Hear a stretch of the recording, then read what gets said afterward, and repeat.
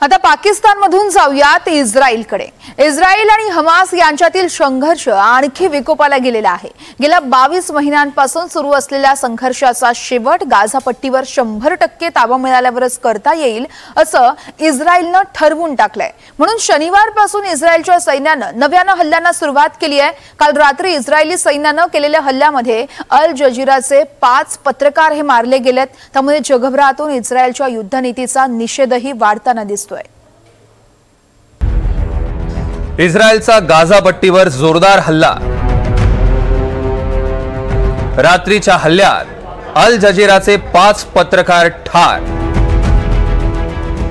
28 वर्षीय पत्रकाराच्या मृत्यूने जगभरात हळहळ। इस्रायल म्हणतो पत्रकार नव्हे, हमासचा हस्तक। गाझा पट्टीवर 100% ताबा मिळवण्याच्या प्रयत्नात आता इस्रायलच्या लष्करानं गाझामध्ये पुन्हा एकदा हल्ला सुरू केलाय। आधीच 75% गाझा पट्टी इस्रायलच्या ताब्यात आहे। गेल्या 22 महिन्यात इस्रायलच्या हल्ल्यात जवळपास 61,000 लोकांचा बळी गेलाय। गेल्या 24 तासात त्यात आणखी भर पडली। इस्रायली सेनेच्या हल्ल्यात कतारमधील जागतिक प्रसिद्धीची वृत्तवाहिनी अल जजीराचे 5 पत्रकार मारले गेले। गाझा सिटी परिसरातनं गेले 2-2.5 वर्ष सतत बातम्या देणारा अल जजीराचा 28 वर्षीय पत्रकार अनस अल शरीफ इस्रायली हल्ल्यात ठार झालाय। Breaking news coming out of Gaza where 4 Al Jazeera journalists have been murdered in a targeted Israeli strike. Anas al-Sharif, Mohammed Koreika, cameraman Ibrahim Zafar and assistant Mohammed Nofal were killed. Anas was murdered after a tent for journalists was hit outside the main gate of the hospital. The well-known Al Jazeera correspondent reported extensively from northern Gaza. The 28-year-old was a key source of news from Gaza City and the north for international audiences since Israel's war on the Strip began some 22 months ago. Anas अल शरीफ हा अल जजीरासाठी गेली 5 वर्ष पॅलेस्टाईनमधनं reporting करत होता। युद्ध सुरू झाल्यापासून गाझावर वेगवेगळे reports त्यानं केले। उत्तर गाझात इस्रायली हल्ल्यात त्याच्या वडिलांचा मृत्यू झाला।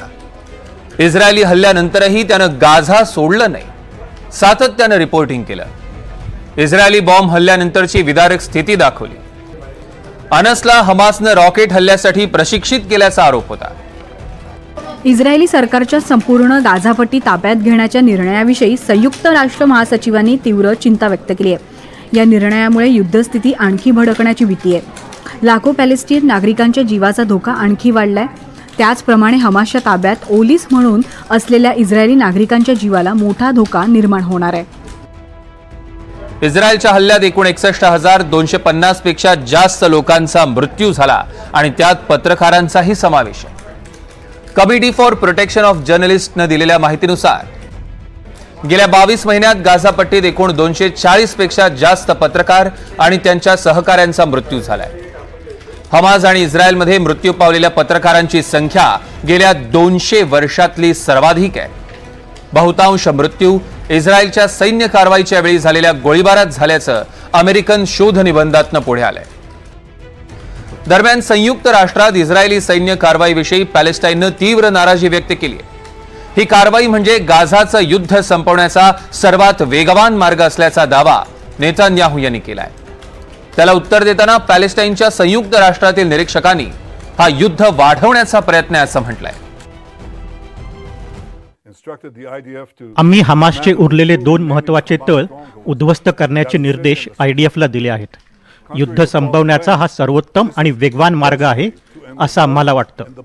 आम्ही सामान्य नागरिकांना युद्धभूमीतून बाजूला जाण्याची पूर्ण संधी देऊ, त्यांना सुरक्षित ठिकाणी घेऊन जाऊ, तिथे त्यांच्या खाण्यापिण्याची काळजी घेतली जाईल।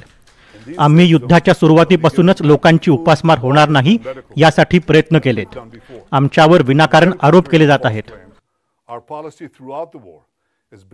उलट हमासच लोकांच्या उपासमारीसाठी प्रयत्न करत आहे। नाही, हा काही युद्ध संपवण्याचा किंवा ओलिसांना सोडवण्याचा वेगवान मार्ग नाही।